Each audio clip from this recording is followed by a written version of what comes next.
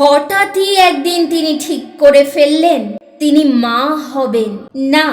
বিয়ে নয়, সন্তানের জন্ম নয়, তিনি দত্তক নেবেন এক ছোট্ট মেয়েকে। তখন সুস্মিতা সেনের বয়স মাত্র 21। চারিদিক থেকে প্রশ্নের ঝড় উঠল। এমন সিদ্ধান্ত নিচ্ছেন কেন? একটি অবিবাহিত মেয়ে কিভাবে দত্তক নেবে?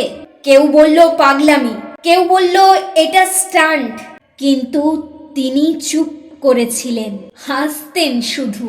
ভিতরে ভিতরে তিনি জানতেন এটাই তার জীবনের সবচেয়ে সঠিক সিদ্ধান্ত। কিন্তু সিদ্ধান্ত নেওয়া যত সহজ, বাস্তবটা তত কঠিন ছিল না। শুরু হলো এক লম্বা আইনি লড়াই। 21 থেকে 24 বছর বয়স পর্যন্ত প্রতিদিন আদালতে যেতে হতো, জবাব দিতে হতো অসংখ্য প্রশ্নের। আপনি কি আর্থিকভাবে সক্ষম? আপনার পাশে পুরুষ অভিভাবক কে? একজন সিঙ্গেল মহিলা কিভাবে শিশুকে মানুষ করবেন? তবুও সুস্মিতা হার মানেননি। তিনি প্রতিদিন প্রার্থনা করতেন, শুধু ওকে আমার কোলে দাও, বাকিটা আমি পারবো। সেই সময় ছোট্ট মেয়েটি তাকে মা বলে ডাকতে শুরু করেছিল। আর সেই মুহূর্তেই তার ভয় আরো বেড়ে গেল।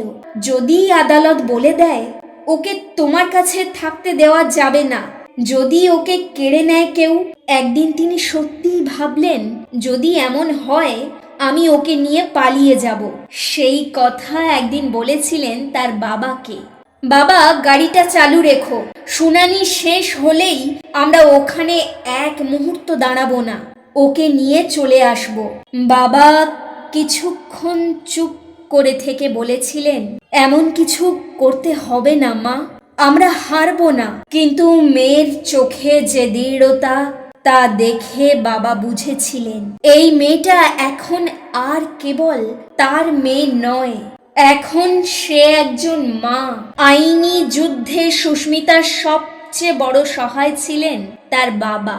আদালত যখন বলল সুস্মিতাকে আপনাকে আপনার আর্থিক অবস্থার প্রমাণ দিতে হবে, তখন বাবা নিজের সম্পত্তির অর্ধেকই সই করে দিলেন মেয়ের নামে। আমি ধনী নই, কিন্তু আমার মেয়ে হৃদয়ের ধনে ঐশ্বর্যশালিনী।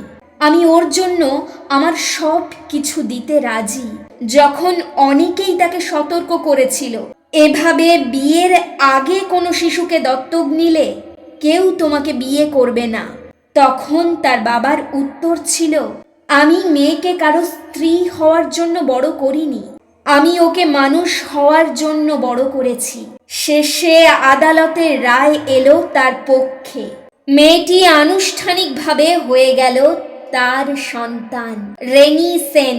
বছর কয়েক পর দ্বিতীয় মেয়েও এলো তার জীবনে, আলিসা।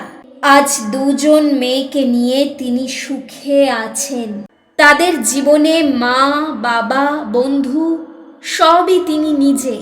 আর তার সেই সাহসী গল্প আজও অনুপ্রেরণা হয়ে আছে বহু মেয়ের জন্যে, যারা সমাজের চোখ রাঙানোকে পাত্তা না দিয়ে নিজের মতো করে বাঁচতে চায়।